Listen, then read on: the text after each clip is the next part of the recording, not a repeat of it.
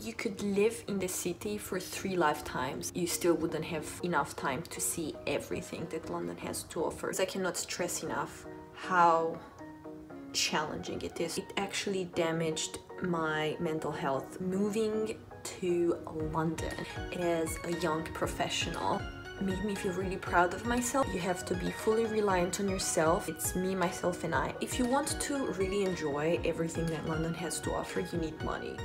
Hey yo friends, it's your girl Holly here with another vlog, or more like the first vlog. I'm not sure when this is going to actually go out. So I am going to do a vlog that I've wanted to do for a long time, because I've been living in London for almost 2 years now. It's gonna be 2 years in November. So I've been living here for 2 years and I feel like I have a pretty good idea of what I like and what I don't like about living in this famous city. So I would like to share some of those thoughts with you, as well as some advice if you're a fellow Londoner or if you're thinking about making the big move. A little bit of background information first. I'm a Romanian girl. I moved to England in September 2013 for university. Gosh, that feels like a lifetime ago. If someone was born in 2013, they'd be 7 years old. Oh my god, they would have already started school. I'm so old. Anyway, so I moved for university from Bucharest. So in a way, growing up, being born and raised in Bucharest, so growing up in another huge city, prepared me a bit better for London than if I would have lived in a rural area growing up. Not that Bucharest compares to London in any way, shape or form. I feel like London is a Bucharest on steroids, like a lot of them. So I moved from Bucharest to Canterbury, where I went to uni for 3 years, and then I worked there for a year, and then I've done my master's. But although I loved Canterbury, and one of the reasons I chose the university there was because of how much I loved Canterbury from the photos, and I was like, there, I wanna live there. After 5 years there, it was getting a little bit dull, a little bit boring. I was looking for the next challenge, and to be quite honest, if you don't have family there, it's not really the best. Like, there's not a whole bunch of stuff to do. There aren't as many job opportunities. So kind of from what I've studied, my best option was to work for the university, but it was more like a job than a career, which is why I was looking for the next big thing. So I've finished my master's in computer science, and I received a job offer from a good IT company from London. So of course I couldn't refuse it. It was like my dream job. I didn't know back then that this would be my dream job, but I can't see myself doing anything else. I absolutely adore my job. I'm so happy that I took that offer. I also had an offer to carry on working for the university, but I'm so happy every single day that I decided to make the move, work in IT. So that actually brings me to my first piece of advice. I wouldn't recommend you move to London if you didn't have a job. One of my friends did that and she kind of struggled. If you want to really enjoy everything that London has to offer, you need money, quite a bit of it. I wouldn't recommend moving here if you don't have a stable job, or at least a job, any job. Also because everything's like really expensive. The first step was for me to find a place here. I had some experience with house hunting in Canterbury, but as I was about to find out, in London it would be a complete different story. I've searched long and wide on Spareroom until I found something. I found, I think, 5 places that I came in August 2018 to see, and then I narrowed it down to my 2 favorites. First one, the moving date wasn't matching. The second one is where I ended up living. Here I am 2 years later, still here. It's a house share, and I really wouldn't recommend it, but if you're in the situation that I was in, then it's definitely an option. However, if you can afford to have your own place, I would recommend doing that if you can, because I cannot stress enough how challenging it is to live as an adult in house share. I'll make another video on that one day. There's not a lot that I can talk about right now due to, you know, obvious reasons, but all I can say is like, no, try not to do it. At least, like, it's fine for a while. It's fine if you're gonna do it temporary and you know it's going to be for 6 months or a year until you get something else, then by all means, like, I think it's great. And obviously there's some perks because, you know, it helped me save a lot of money.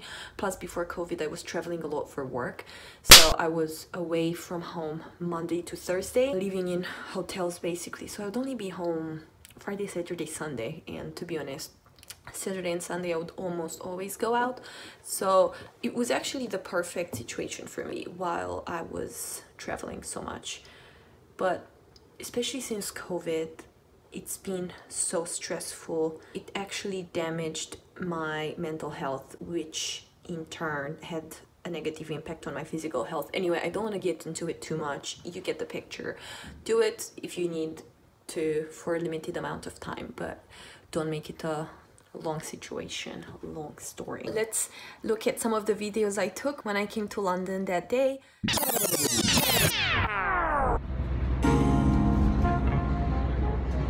Hey guys,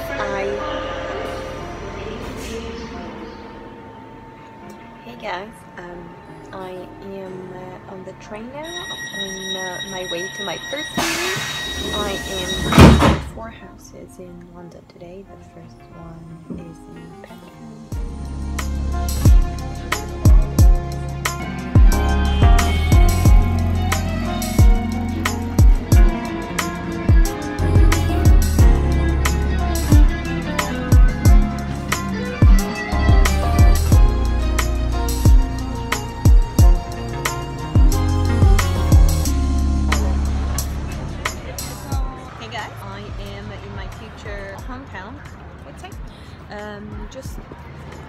Quick update. I've seen 3 of the houses so far. I've seen the one in Peckham with the nice girls, the one that my dad found through a girl that he worked with. The area is really nice. The street itself was really posh. The house, amazing. I think the owners are like interior designers. It was literally amazing. But it's in the lower part of my budget. We'll be spending quite a lot with rent and bills, but gorgeous. 6 minutes away from the train station. I couldn't film because I didn't want to be rude, obviously, because it's their house, but if I do move there, I'll film, or where I'll move, I'll show you. From the station to the house, it wasn't that great. It was kind of a shady area, but as I said, the street itself was nice. Then I had another viewing, this house where another Romanian lives. It's a Romanian guy who also works in IT. The house itself was nice. Like, all the houses I've seen were good. I haven't seen something that I'm like, oh my god, I would never live there. That's good. The house itself was good. There was 600 with bills included. The house, as I said, wasn't the nicest, wasn't the worst. It was quite a spacious room. The furniture was a bit outdated, but you know, I'm not gonna die because of it. And obviously I would like something nicer, but I do have a budget and it is my first place. I don't have to live there forever. The thing is, the area was a bit shady, like shadier than the other one. I really didn't feel comfortable as I was getting out of the station. A guy peed in front of the street. I literally saw his thing. So that was like a bit disturbing, but the guy, he was nice. November start, that's the thing with the nice house, with the nice girls. They want to rent from the 1st of October. They said that they will think about it because it's obviously, you know, they want to rent it, otherwise they have to pay for rent for it. So they will let me know. And then I was in for a big shock at my 3rd house. I didn't see the house itself on Spareroom. I've actually seen a different one around 600 with bills included, and it was in the Battersea area, which is quite central. but the guy said that it's not available anymore, and he said, oh, my mother-in-law is also renting in her house, and he gave me the contact. So I haven't seen this woman's room on Spareroom. I haven't seen the price, but I was assuming it's gonna be around the same price since it's like the same family, the same area, you know, and it was a single room. So, you know, I was expecting like plus minus £100 to what I saw on the guy's site, but when I got there, most luxurious house I've ever seen, like a proper mansion, central London, £250 per week. That was way over my budget, and although the living areas, they were like really nice, I don't think that the people would have want me in the common areas too much, because the house was on the last floor. I had a separate bathroom, which was good, but also like a room where they put me like a kettle, no fridge, a microwave, because they said that they don't want me to use their kitchen. And I was like, if I'm gonna pay $250 per week, I better use the freaking kitchen. But that's, I could get a flat for that money, but I'm not gonna do it because it's way over my budget. So that's definitely a big no-no. And because like I have 4 hours to spare between my third viewing and my fourth viewing, which is at 7 p.m. I was looking at things to do around, and I noticed that Victoria and Albert Museum was really close. So I'm actually gonna go to the Victoria and Albert Museum, and free entry. Follow me around to the Victoria and Albert Museum.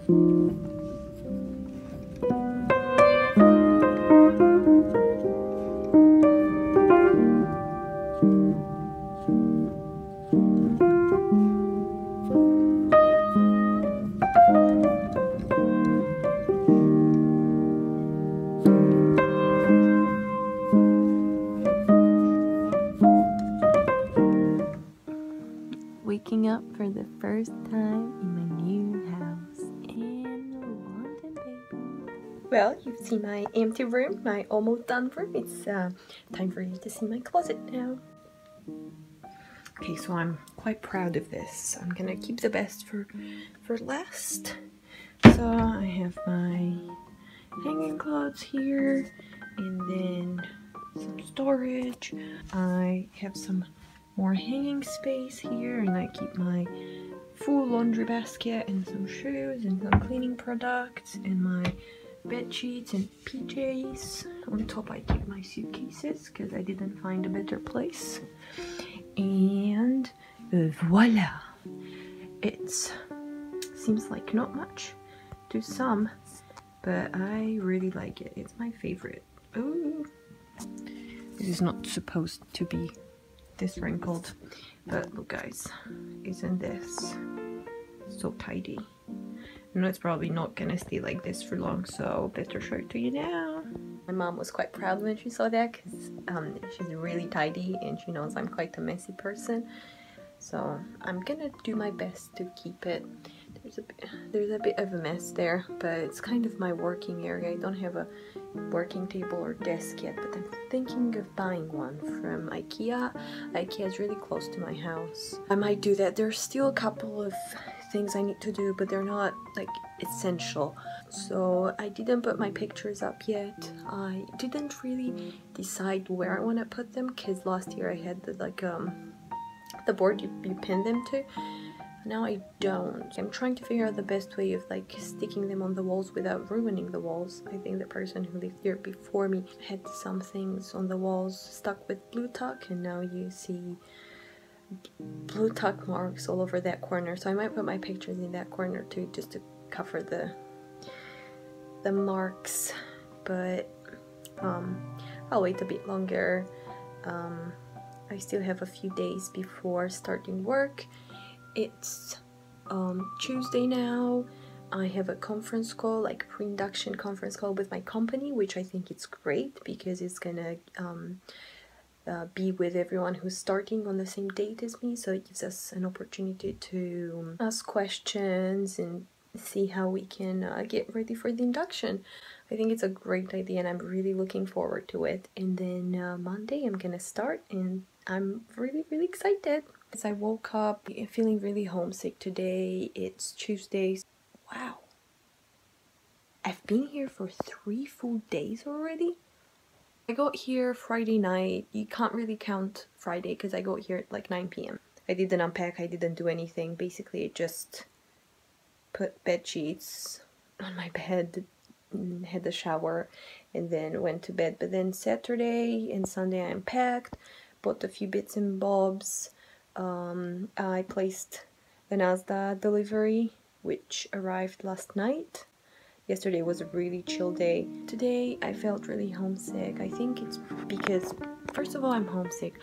Usually I wasn't this homesick after a few days of being back, but I guess it's because like I've been living in the same small town for 5 years, so everything was really familiar. So I was homesick for Bucharest. Like I'm not necessarily homesick, but I really miss my family.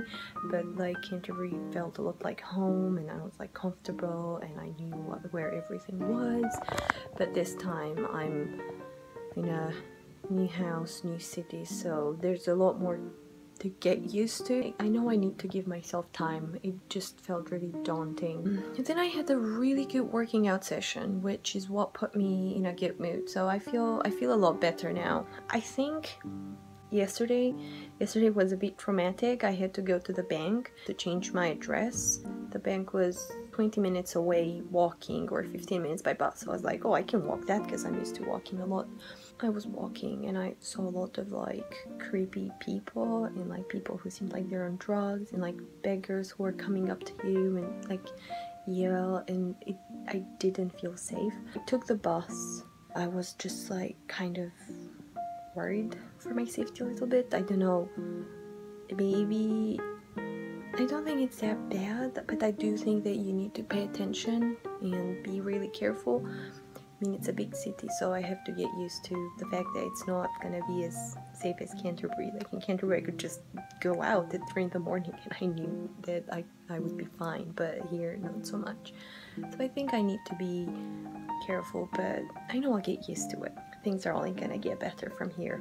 Even if it's hard, I am really happy with my decision because I know that I can accomplish a lot more by going for the big job in the big city than if I stay for my comfortable job in my beloved Canterbury. Don't get me wrong, I'm like super happy and grateful and proud for this change, but it doesn't make it easier right now. But I know that when I'm gonna look back, it's gonna be all worth it. Anyway, for me, it was also the fact that I knew I was going away on holiday for 2 months because I finished uni in September and my job would only start in November.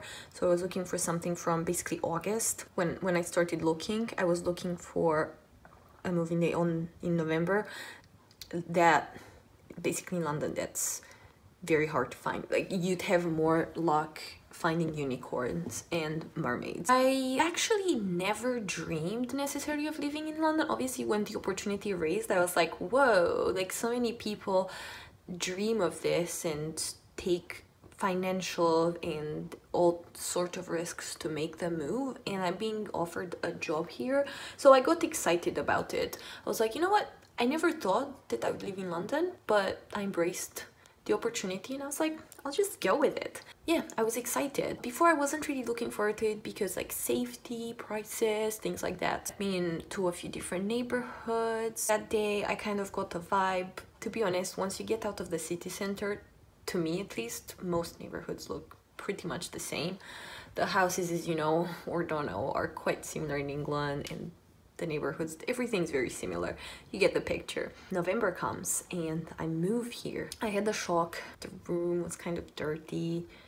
I took pictures just because I was so mortified. So I came here 2 months after leaving with my family, and I got here from the airport. It was pouring. I had this huge suitcase that I was carrying around. It was, yeah, less than ideal. So anyway, I wake up and it's fine, and I'm like, you know what, I'm going to go explore my new city. And the first thing I had to do was go buy some groceries, go buy a few things for the house, and go to the bank because my parents have given me some cash to take with me, and I just wanted to put it at the bank. Or actually, it wasn't even that. I just had to change my address because that's like the first thing you want to do when you move somewhere. Update your address so that, you know, you have, first of all, proof of address, and second of all, make sure that no confidential information gets to your old place for someone else to see it. I saw that the bank was 20 minutes away from here, so I was like, cool. I said I'm gonna walk. Obviously, I saw that it would have been like 20 minutes by bus and roughly the same amount of time if you were gonna walk, and I was like, of course I'm gonna walk. So because I was used to Canterbury, like in Canterbury everything that was under 40 minutes I would walk it. I started walking. This is in northwest London, not the best neighborhood. I mean, someone was shot. I found out afterwards. Someone was shot a couple of years ago on the street next to mine. Someone innocent was caught in gang violence. I started walking and so many shady people. There was this guy who was on drugs, and like he came up to me and like tried to grab me, and I had the biggest shock of my life, and I was super panicked. I started shaking. I jumped on a bus to like just go to the bank, update my details, and then got back home, and I was absolutely mortified because that would never happen in Canterbury. And I was like, what did I get myself into? This is a horror. And walking back from the tube one day, someone took their pants off and peed in front of me. Another time, this naked man chased me.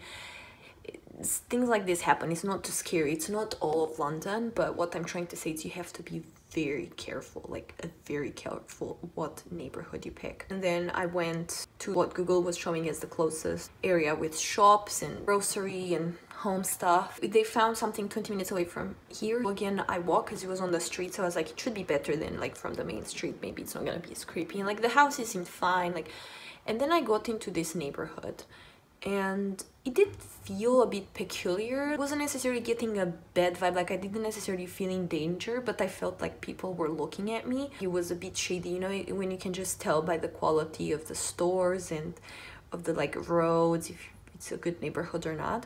And I went, I did my shopping, I got back with my Tesco groceries and with my new bed sheets and cleaning products, and yeah, I did some research, and I found out that that's one of the neighborhoods with like the highest crime rate in the entire of London. To be 100% honest with you, I think in the first couple of months, what saved me from not moving out of London was the fact that I was traveling for work. So from Monday to Thursday, I would be elsewhere in the country, and it was such a relief. And then in time, it started to be familiar, and you know how it is with familiar things. I mean, once you get familiar, you can be pretty much okay with anything. I'm not saying it's necessarily a good or bad thing, but it's just human nature. After that, I started to make friends here. We started to go out. It was a different story because I would always go out in the city center in like Shoreditch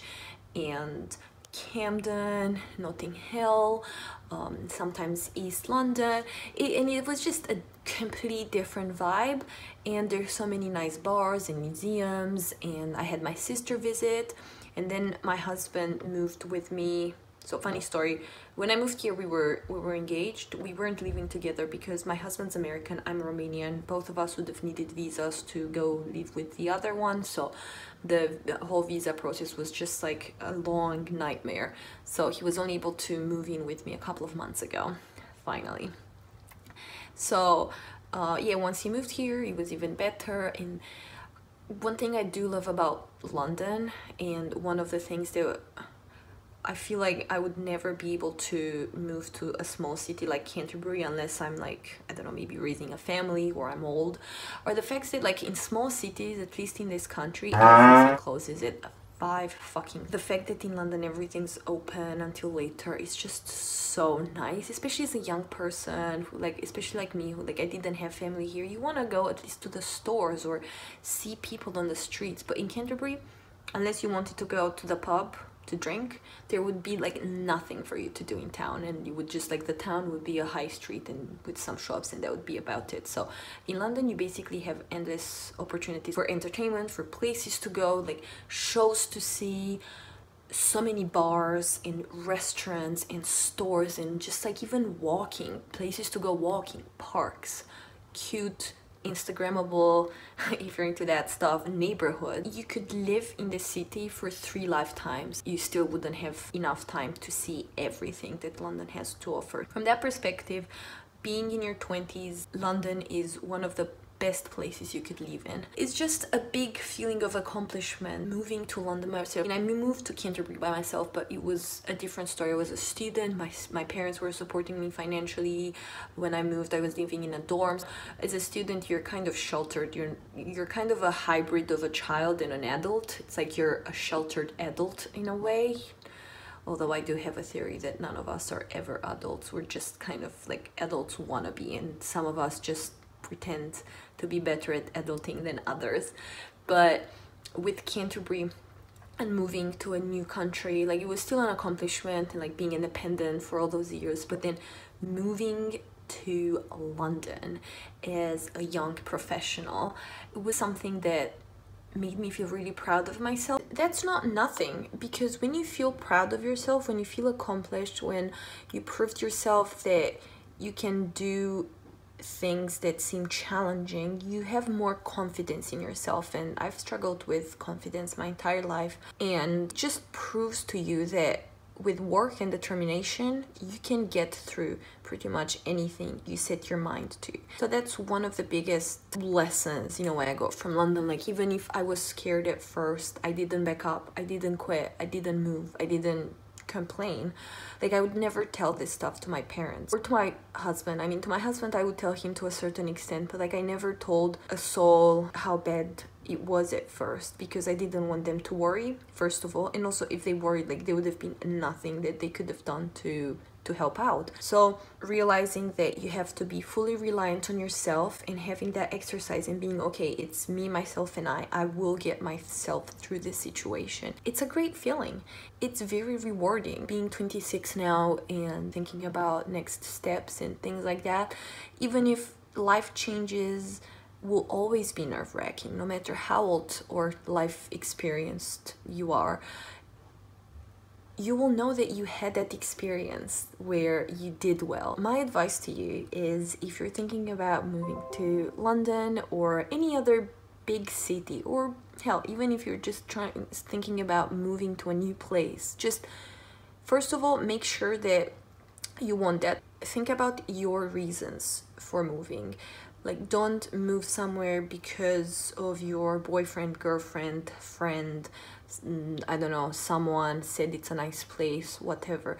Think about your reasons and how meaningful those reasons are for you. If you move for those reasons, where are you gonna be in a couple of years' time? So think about why you do it, and then if you realize that you want to do it for yourself, you want to do it for good reasons, go ahead and do it. Don't let anyone stop you, because it's your life and you have to make your own decisions, no matter if they're good or bad. If they're good, good for you. If they're bad, at least you made a bad decision by yourself. Like, it was your mistake and you will learn something from it. There's nothing worse than making a bad decision because someone else influenced you to take that decision. There's not such thing as a bad decision, because even if bad decisions happen, you can find a way to rectify them. So don't work yourself up over that. Oh, I have to make the best decision. Like, yeah, obviously be rational and try to make the best decision you know in that moment. But the thing is, no one knows better than you what is best for you when you're an adult, because even if your parents may want to choose what's best for you, or your friends or your partner, they can't know necessarily more than you, because your life is unique and your circumstances are unique to you. So you have to make those decisions for yourself. So, you know, if you're thinking about moving, let me know in the comments where you'd like to move, or if you've already been through a similar experience, let me know how it was for you, because I'd love to find out if my experience was similar to yours or not that similar. And good luck with everything. And if you need any more advice, feel free to ask me. If you enjoyed this video, please subscribe. As you can see, I am just starting out with this YouTube channel, so I'd really appreciate your support and you sticking around. And I will see you in the next one. Mwah.